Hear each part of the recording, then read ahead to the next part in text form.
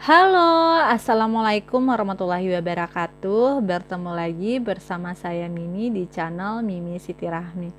Nah, teman-teman, tentunya masih seperti biasa, masih membahas seputar asam lambung GERD dan anxiety dan sharing pengalaman saya selama menderita asam lambung. Tapi sebelumnya saya ingatkan lagi kepada teman-teman, jikalau video ini dirasa bermanfaat, penjelasannya bisa dipahami dan dimengerti dan sesuai dengan kondisi yang sedang teman-teman alami, saya minta tolong dukungannya untuk like, share, and subscribe channel ini, supaya channel ini lebih berkembang lagi dan saya lebih semangat lagi bikin video-videonya. Dan saya ingatkan juga ya, kalau ada pertanyaan teman-teman di kolom komentar yang tidak saya balas, itu berarti jawabannya sudah pernah saya jelaskan di video sebelumnya. Silahkan dicek lagi ya, karena memang rata-rata pertanyaan teman-teman itu sama, jadi pembahasannya kadang sudah berulang-ulang kali ya. Silahkan teman-teman cek lagi. Nah, seperti pembahasan kita di video kali ini ya, sebenarnya juga sudah pernah saya bahas juga di beberapa video sebelumnya, tapi masih banyak yang bertanya juga, tapi mungkin di video sebelumnya tidak begitu saya jelaskan ya. Jadi ada yang bertanya apa makanan saya itu selama sakit itu serba dikukus atau direbus. Kemudian masih juga ada yang bertanya tentang menunya apa tiap hari gitu. Padahal kalau untuk menu itu sudah pernah juga saya bahas ya teman-teman. Nah, jadi di kesempatan ini ya saya mau bahas apa makanan saya selama sakit itu selalu dikukus atau direbus. Nah, jadi saya mau cerita sedikit buat teman-teman yang ngikutin video-video saya pasti mungkin sudah tahu ya, kalau saya ini tidak begitu merasakan sensasi di lambung atau di perut. Jadi mungkin sebagian orang kan ada yang merasakan sensasi di perut, di lambung dan di dada ya, kayak perut panas, melilit gitu, sakit gitu ya. Kemudian di dada terasa terbakar, sesak, kayak berat gitu ya. Kalau untuk di dada saya pernah merasakan juga, cuman nggak setiap hari, cuman beberapa kali dan tidak begitu mengkhawatirkan ya kalau di saya ya ketika itu terjadi, karena memang tidak setiap hari seperti sensasi yang lainnya. Karena kalau sensasi yang lainnya ya teman-teman, kayak pusing, kelengan, sempoyongan, badan goyang, nyeri di badan gitu ya, telinga berdenging ya. Pokoknya yang sudah sering saya bilang itu rata-rata itu hampir setiap hari ya teman-teman ya. Hampir setiap kali. Bahkan waktu sakitnya yang lagi parah-parahnya itu hampir 24 jam saya merasakan pusing itu ya teman-teman. Dari bangun tidur sampai ketidur lagi kayak gitu. Benar-benar terasa berat gitu ya teman-teman ya. Nah, tapi kalau untuk di sakit perut atau di sensasi di perut, di lambung itu cuman beberapa kali ya, ibaratnya kayak orang normal aja gitu ya. Orang normal yang tidak kena asam lambung GERD dan anxiety juga pasti pernah merasakan gangguan di perut beberapa kali ya, kayak mencret, kayak perutnya panas kalau ada salah makan gitu ya, kayak melilit, pasti pernah ya teman-teman ya. Tapi kalau bagian sensasi yang di lambung itu ada kayak yang cuman kayak begah gitu ya, kembung, kayak perut rasa penuh, atau pas saya mau sembuh sering merasa lapar, itu ada. Tapi yang kalau yang sakit tiap hari itu nggak ada ya kalau di saya ya, kalau di pengalaman saya.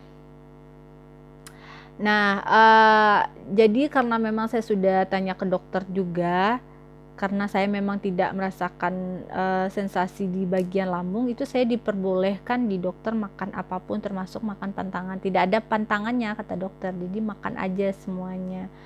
Nah, ketika saya makan semuanya, ternyata sensasi di bagian lain itu masih ada setiap harinya. Nah, jadi saya cari-cari dulu ya. Dulu kan saya nggak tahu ya kalau saya ini kena GERD dan anxiety seperti yang sering saya ceritakan. Jadi saya cari-cari saya ketemu video di YouTube informasi tentang Gerda Hacheti, dan di sana dikatakan kalau memang harus memantangkan makanan ya, jadi tidak boleh makan makanan yang pantangan asam lambung Gerda Hacheti ya. Nah di situ saya mulai menghentikan, mulai menjaga makan ya, tidak boleh makan pantangan. Nah disitulah mulai berangsur-angsur sensasi saya hilang dari yang kecil-kecil dulu ya, berangsur-angsur sampai nanti hilang semuanya. Tapi perlu teman-teman ketahui, itu tidak hilang sensasinya 100% langsung sekaligus, memang betul-betul bertahap, butuh waktu, dan memang agak cukup lama. Itu catatannya ya teman-teman ya, memang cukup lama untuk sembuh itu. Nah jadi buat teman-teman yang bertanya apa saya dulu makannya serba dikukus, itu tidak, karena tadi ya alasannya saya tidak begitu merasakan sensasi di lambung, jadi saya makan aja. Tapi buat teman-teman yang mungkin banyak mengalami sensasi di lambung sering ya, itu sebaiknya memang di awal bulan pertama kalau lagi parah-parahnya itu sebaiknya memang dikukus makanya, atau direbus, jangan goreng-goreng, jangan gulai-gulaian dulu ya. Nah kayak gitu. Jadi kalau saya apa saya makannya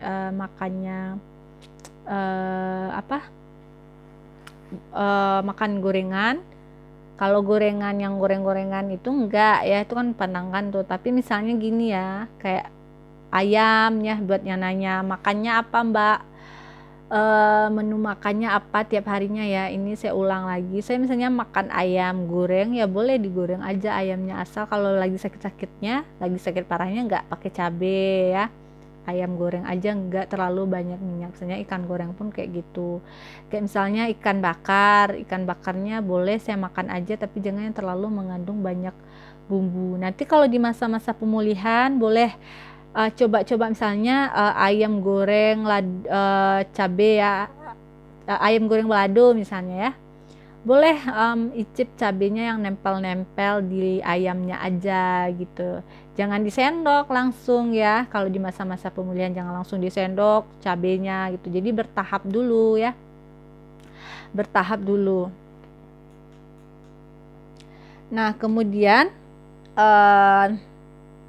misalnya kayak ikan ya, ikan gulai, kalau masih sakit ambil ikannya aja gitu ya.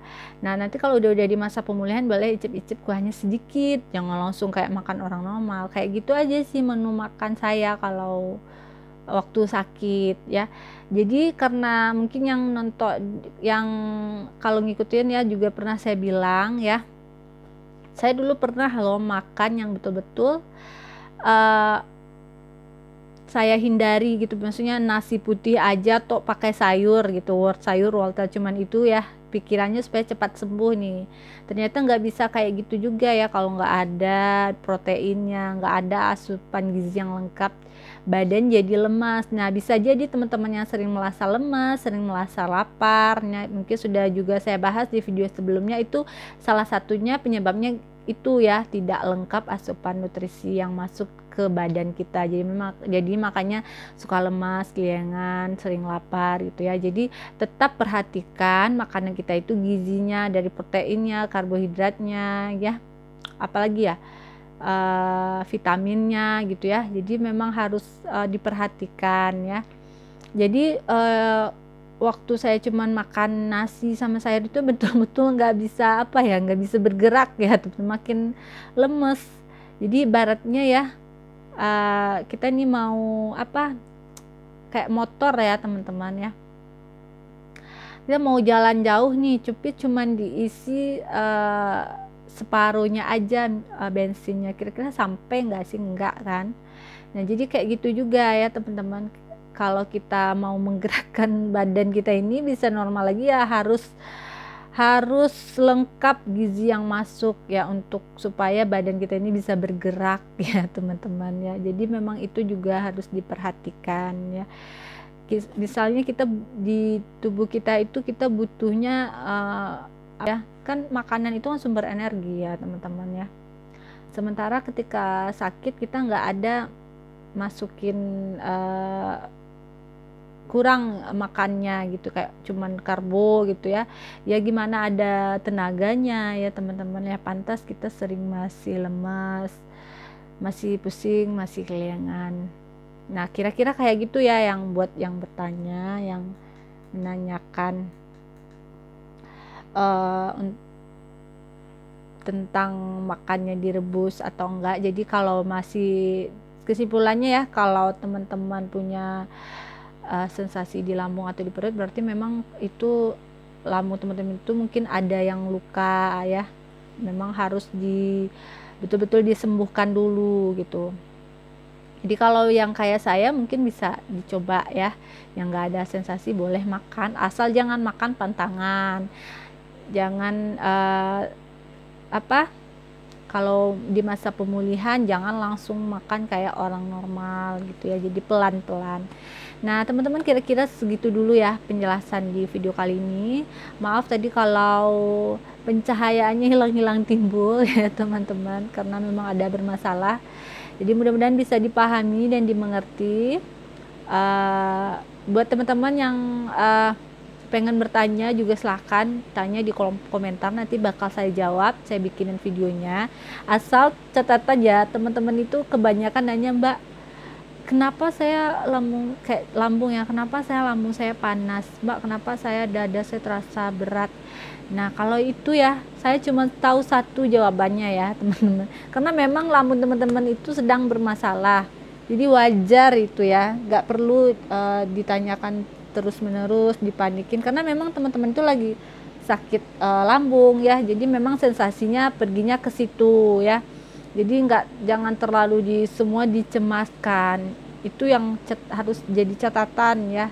Coba berhenti, jangan terlalu mengkhawatirkan. Dan satu lagi, saya bukan dokter ya teman-teman, jadi nggak tahu gimana perjalanan asam lambung ini kok bisa jadi sakitnya kemana-mana gitu ya, gimana organ ini merespon segala macam, itu nggak tahu, silahkan tanya ke dokter ya. Yang saya tahu apa penyebab sensasi itu ya, satu karena memang lagi kena asam lambung gerdang aseti, lambungnya sedang sakit, lambungnya sedang bermasalah, hanya itu ya teman-teman ya. Jadi kalau pengen jawaban lebih silahkan tanya ke dokter ya. Jadi sekian dulu ya teman-teman video kali ini. Jangan lupa dukung terus channel ini dengan cara like, share, and subscribe. Terima kasih. Assalamualaikum warahmatullahi wabarakatuh.